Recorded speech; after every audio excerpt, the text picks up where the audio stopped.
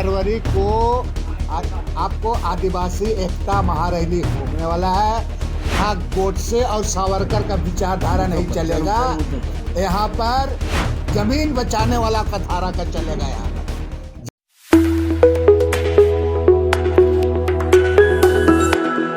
जोहार, आदिवासी दुनिया में आपका स्वागत है। ये ना है समाचार, ये है जनता के विचार और मैं हूँ आपके साथ गायत्री शर्मा।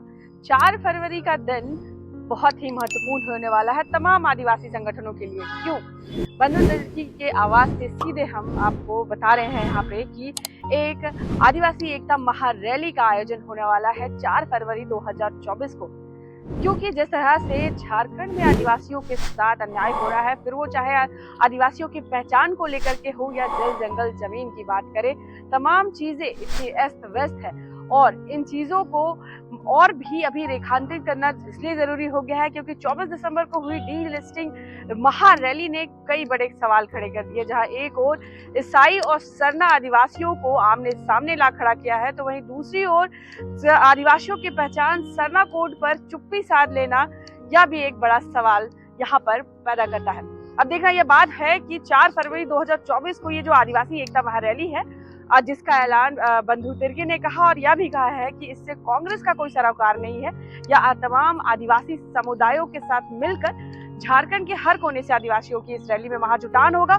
और क्या कुछ बातें की गई है, किस तरह से वो लोग क्लैरिटी देंगे कि आदिवासी क्या है, आदिवासी जाति है या धर्म है या कम्युनिटी है, तमाम चीजों पर क्या कुछ कहा बंधु तिर्की ने प्रेस कॉन्फ्रेंस के माध्यम से। चलिए हम आपको लिए चलते हैं। क्या आदिवासियों का आरक्षण उनको मिलना चाहिए? अनुच्छेद 25 में देश में कोई भी व्यक्ति किसी अपना धर्म को अपना सकता है, उसका प्रचार प्रसार कर सकता है, ठीक है ना। उसका जाति धर्म बदल जाता है, जाति उसका नहीं बदलता है। जाति आपका यथावत वो जाति ही रह जाता है। तो आपको इस तरह की बात, आपको विधि सम्मत संविधान सम्मत बात करेंगे तब तो। बंधु जी, कि इसमें 2 चीज हम लोग भी समझना चाहते हैं। एक तो आप लोग अगर मान लीजिए कि आदिवासी को एक जाति मानते हैं कि एसटी जो है जाति नहीं है, तो आप कांग्रेस में थे, आपके ही रीजन में जो है कि सरना आदिवासी कोड धर्म जो है ये पारित करके आप लोग भेजे कि नौवीं अनुसूची में आना चाहिए, तो फिर एक धर्म का डिमांड आप लोगों की तरफ से क्यों किया गया? सबसे पहले आदिवासी जाति नहीं, एक कम्युनिटी है, समुदाय है, इसको जानना होगा आपको, ठीक है। प्लस रिलीजन में चूँकि आपका सबका अपना आदिवासी प्राकृतिक पूजक है, तो अपना वो आइडेंटिटी की मांग कर रहा है लंबे समय से। उसकी आइडेंटिटी क्या होगा? मतलब वो नहीं इस्लाम होगा, ईसाई होगा, हिंदू होगा या आदिवासी? नहीं, इसी के बारे में, इसके बारे में तो इसको जब आपका इसका रजिस्ट्रार जनरल के पास मामला जा रहा है, भारत सरकार के पास मामला जा रहा है, 12 सांसद हैं, ये तो बहस होनी चाहिए ना इसके बारे में। आप तो चुनाव में भी इस बात को कहे कि हम इसको करेंगे, तो ये बात बहस होनी चाहिए, पार्लियामेंट में बहस होनी चाहिए, स्पष्ट होनी चाहिए। अब इन तमाम इसी बातों को लेकर के अगर आदिवासी का हित चाहता है तो उच्च स्तरीय बहस होनी चाहिए, राज्य स्तर में भी होनी चाहिए, बहुत लोग हैं। लेकिन आप केवल वोट को लेकर के, आप बातों को ला करके वोट के बाद आप ही कर दीजिएगा, तो उससे लाभ आदिवासियों को नहीं होगा।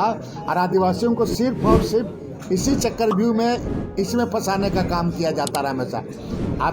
अभी हम लोग इस तरह का किसी कतई नहीं होने देंगे और इसी का जवाब हम लोग 4 फरवरी को देंगे। 4 फरवरी को आपको आदिवासी एकता महारैली होने वाला है और इसके लिए पूरे राज्य के हर एक विभिन्न संगठन को, कोई भी तमाम लोग जो इस विचारधारा, मैंने पहले ही कहा, यहाँ गोडसे और सावरकर का विचारधारा नहीं चलेगा, यहाँ पर आपका जनमुद्दे लेकर के और जमीन बचाने वाला का धारा का चलेगा। यहाँ पर जमीन बचाने, भगवान बिरसा मुंडा जमीन बचाने वाला का धारा यहाँ पर चलेगा। क्रिसमस के जस्ट एक दिन पहले या क्रिसमस के दिन में ये मोराबादी में आयोजित किया गया और डी लिस्टिंग की बात रखी गई।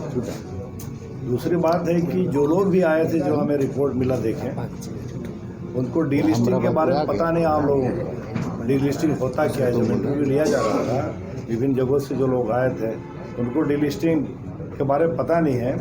ये स्पष्ट है कि उनको पकड़ के लाया गया था, ठगा के लाया गया था, इससे उनका मतलब क्लियर होता है।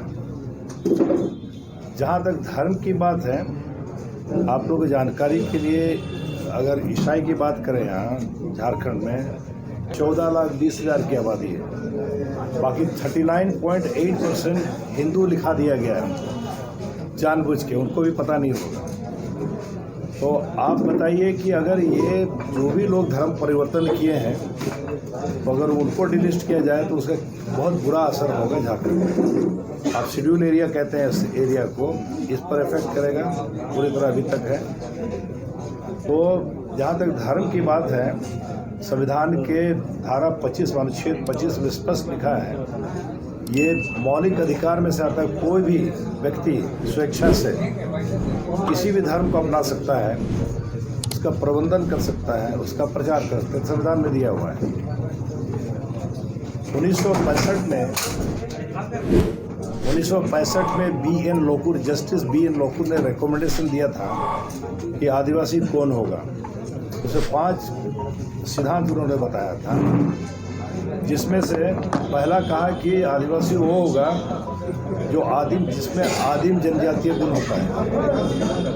नंबर 2 उसने कहा कि जिसकी अनूठी संस्कृति होती है आदिवासी होगा। तीसरा उन्होंने कहा कि आदिवासी भौगोलिक अलगाव में रहने वाले समुदाय है, जाति नहीं है। चौथा, हेजिटेट करता है, आदिवासी थोड़ा संकोची प्रवृत्ति का होता है किसी से मिलने बोलने में, ये उनका हमें ये है।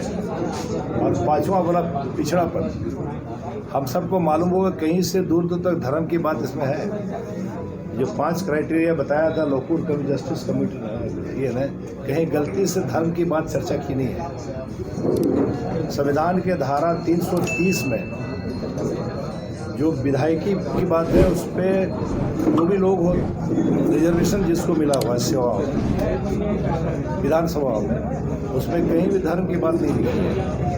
उसी तरह 334 अनुच्छेद 334 में लोकसभा वगैरह के लिए कहीं भी नहीं लिखा गया है। और आपका 335 में सर्विस की बात है, सेवा में, कहीं भी धर्म की बात नहीं कही है, संविधान में है ही नहीं, गलती से नहीं। सवाल ये है कि ये आखिर क्यों किया जा रहा है? आप संविधान सम्मत बात कीजिए, संविधान जो लिखा हुआ है। तो ये जानबूझ करके संविधान को दरकिनार करके, उनको पता नहीं कितना पता होगा। और जहाँ तक अभी बताया कि 342 की बात है, 342 में प्रेसिडेंट ऑफ इंडिया गवर्नर के साथ कंसल्ट करके किसी को इंक्लूड कर सकता है, किसी को निकाल सकता है, किसी को नहीं कर सकता, ये अधिकार है। और दूसरा, उसमें राष्ट्रपति ही फाइनल अथॉरिटी है जिसको आदिवासी के अंदर में ये करना है। जहाँ तक कंसेप्चुअली जो बात है, आदिवासी शब्द जो है और अनुसूचित जनजाति शब्द है, आप लोग को मालूम है कि इंग्लिश में उनको शेड्यूल ट्राइब कहा जाता है और हिंदी में अनुसूचित जनजाति कहा जाता है। अगर कंसेप्चुअली जाइएगा, टर्मिनोलॉजिकली जाइएगा तो दोनों मेल नहीं खाता है। शेड्यूल ट्राइब अगर कहा जाए तो उसका मीनिंग होगा आदिवासी, उसको अनुसूचित जनजाति कहा गया। एनीवे, तो ये कंसेप्चुअली इसलिए आप लोगों को बता रहे थे, थोड़ा सा मालूम होना चाहिए दुनिया को। और जैसे कि अभी बताया कि जनसंख्या धीरे धीरे घट रहा है। आज हमारा 26.2% 2011 में, धीरे धीरे और भी घटेगा। जिस तरह से चल रहा है यहाँ पर इन्फ्लक्स बहुत ज़्यादा हो गया है, इन्फ्लक्स होगा और इसका असर पूरे समाज में, पूरे प्रदेश में पड़ेगा, रिजर्वेशन में पड़ेगा, सारे जितने भी सुविधाएं हैं सब पर पड़ेगा। तो ये स्थिति है, नहीं करना चाहिए हमारा कहना है। और ये नहीं होगा, जैसे कि अभी बताया आप लोग 4 फरवरी में बृहद मीटिंग होगी और निश्चित रूप से हम सारे बातों को रखेंगे, उसमें बताएंगे सच्चाई। धन्यवाद। आदिवासी एकता महारैली है। ये महारैली चाहे डिलिस्टिंग के नाम पर हो, चाहे और भी आदिवासियों पर जो लगातार हमले हो रहे देश के अंदर, उसके खिलाफ और आदिवासी समुदाय के अंदर में एक विभाजन किया जा रहा है, गैर जरूरी, गैर तार्किक, गैर संसदीय तौर तरीके के जरिए। उसी को जवाब देने के लिए ही 4 फरवरी को आदिवासी एकता महारैली बुलाई गई। जैसा कि सबसे बड़ी बात हम ये कहना चाहेंगे, 24 दिसंबर जब चर्चा होती डिलिस्टिंग 24 दिसंबर को जो महारैली हुआ, हम कहना चाहें कि आदिवासियों के इतने सारी लड़ाई हुई, चाहे नगर निकाय चुनाव का सवाल पर आप देखे होंगे, विभिन्न सामाजिक संगठन, आदिवासी संगठनों ने आंदोलन किया। यहाँ तक हम हाईकोर्ट में गए, PIL किए और सरकारी मजबूर होकर उसको हटाना पड़ा। उस मुद्दे में भी कहीं नहीं है, जमीन की लूट पर कहीं नहीं है कि UCC के खिलाफ लगातार हम लोग आंदोलन किए, वहाँ पर कहीं नहीं है। आदिवासियों के तमाम आंदोलन में जनजाति सुरक्षा मंच जैसा संगठन का कोई भूमिका रहा नहीं है। तो हमारा कहना है कि बंधु जी बात को बोल रहे थे कि जितने भी इन लोग का बयान आया है, आप गौर कीजिए क्या है, सिफारिश क्या था। डिस्ट्रिक्ट का सिफारिश ये था कि जो आदिवासी अनुसूचित जनजाति का सदस्य या व्यक्ति आदिम मत को, अपनी परंपरा रूढ़ी प्रथा को अगर नहीं मानता हो या छोड़ दिया हो, त्याग दिया हो और इस्लाम और ईसाई में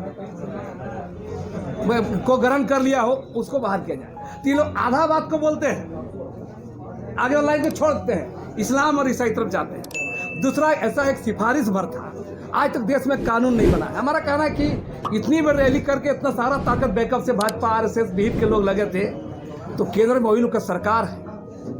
तो मेरा कहना है कि आदिवासियों के बीच, देश के अंदर में एक अंतर्राष्ट्रवाद का माहौल बनाया जा रहा है, तो आदिवासियों के बीच में भी एक गैर जरूरी, गैर संवैधानिक बातों को सामने लाया जा रहा है। इसी का जवाब देने के लिए 4 तारीख को आदिवासी एकता महारैली का आयोजन किया गया है और इसमें तमाम संगठन हैं। हम लोग अपील करेंगे पूरे झारखंड में, छोटे बड़े जो भी हो, संथाल समाज हो समाज हो, मुंडा समाज हो, खड़िया समाज हो और विभिन्न संगठन है, सब संगठन से अपील करेंगे और बहुत संगठन से बातचीत चल रही है।